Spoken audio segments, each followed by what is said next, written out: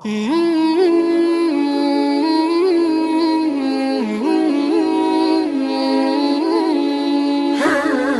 alaikum. My name is Victoria Nayla Edwards.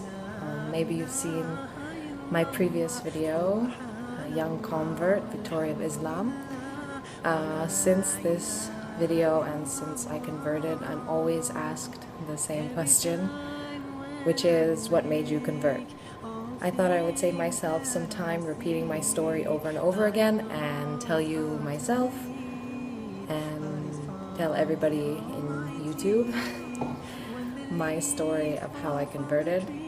Before I tell the story of how I converted, you should know some history about me. I was atheist before. I didn't believe there was a God or an afterlife or another life or anything. So this led me to study a lot of religions because I was so interested why most of the world believes that there's a God and like what makes them believe. I wasn't so much like searching for the truth or whatever, I was just kind of curious, and because I didn't have any beliefs, it was easy for me to like listen and read about other people.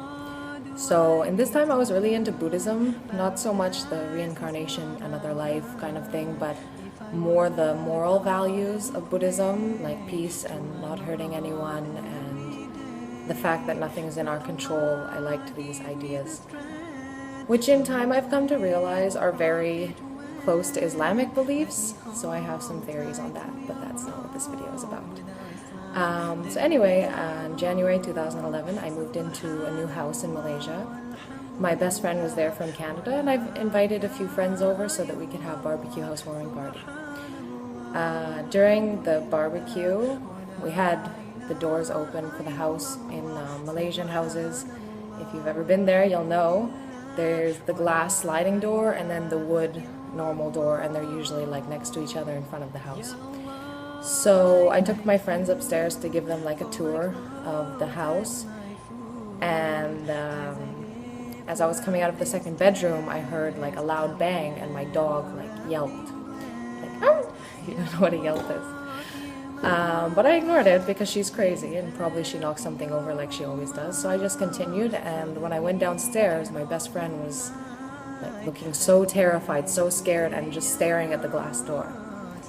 So I got her attention and I asked her what happened. She told me that my dog was walking towards the glass door and the glass door like slammed shut by itself. And if any of us know anything about science, then you'll know that like even if the wind was so strong that it closed it, then the wood door should have closed too, but it didn't.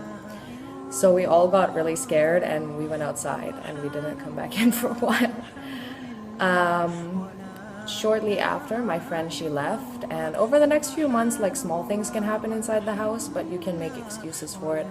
Like I come home and something wasn't where I left it, or I hear something dropping in the room and there's no one there but me, like this. Then in May that year, I came home one night, it was like 2 a.m. I went to my room and I got ready for bed, everything. Then I realized I left my light on outside my door. So I went outside to turn it off. And when I went outside, I felt this feeling that I felt before when I would say I was around ghosts, and maybe that sounds crazy, but yeah, like something is not right, like a gripping feeling inside your chest. And I heard like really quietly like some white noise or strange noise or something.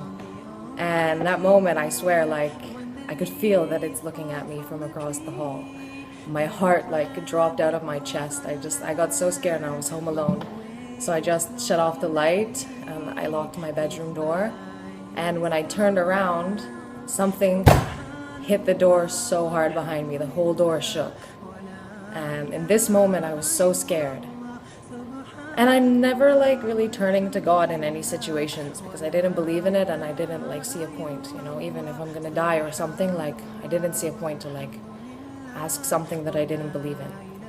But in this moment, like when I was helpless and I was hopeless and I couldn't see what was there and I couldn't protect myself from what is there, my mind was like completely clear, and the only thing in my mind was Allah. Not God, not Buddha, not, I don't know. all these other gods that I've studied. It was just Allah. And some people might argue that that's because I was in a Muslim country and most of my friends are Muslim, but like so many years I've been there and never like did I think about Allah or something like this in a situation. So in that moment, like the only thing I could think of to do was to ask Allah to help me. So I said, like, Allah, if you exist, like, please protect me in this situation. And I think most of you will agree, in this kind of situation, you're not gonna sleep, right? Like, you're so scared, right? So I just laid down in bed and I put something on my laptop to watch. And usually it takes me around 10-15 minutes to sleep, but in 5 minutes, I think, I was like out cold. So in the morning when I woke up, I'm a pretty logical person, so I had to like start thinking about what happened the night before. So I said like, Allah, if that was you, like thank you for protecting me. And if this is the path that you want me to go on, you have to help me and guide me, because 22 years of my life I didn't find any religion, and nobody on this earth could convince me. Like so many people tried to make me Muslim or ask me to be Muslim, but like nobody could do it. I was so stubborn. So like I really needed Allah's guidance in this. So over the next few weeks I started to feel really curious about it, and I started to ask people like, what does Allah teach? And they would tell me things like Allah teaches patience. So in like traffic jam or some situation where I feel impatient and you start to feel that fire burning inside you, I would remember Allah and I would make myself patient and calm, and then like the situation would change. And I kept doing this with like different aspects of Islam. So after that, like few months, it was August, which was Ramadan. So I decided to take Ramadan to really like learn what it's to be Muslim, and to like hopefully make a decision if I can really do it, because I didn't want to be a 50-50 Muslim, which is what I call it when like you don't eat pork but you go drinking every weekend. Like it doesn't make sense to me. If you want to commit to something, to do it only 50%. We should try our best, at least try, to be 100% Muslim if we can. So from the first day of Ramadan, I started fasting. I printed off something from the internet to learn how to pray, like in English, so that I could understand it. And I read a chapter of Quran every day, because I knew it was quite important to like understand the book and what exactly it's teaching, to know whether I can agree with it or not. So it was pretty hard the first Ramadan. It was really weird, and like going into in Malaysia we call it surau. It's like the small masjid inside a building, like it's not a mosque. Going in there the first time, not knowing if I have to do wudu before or after, it was quite interesting. But about halfway through Ramadan, I decided that I didn't want to live or not live the next day, not being Muslim.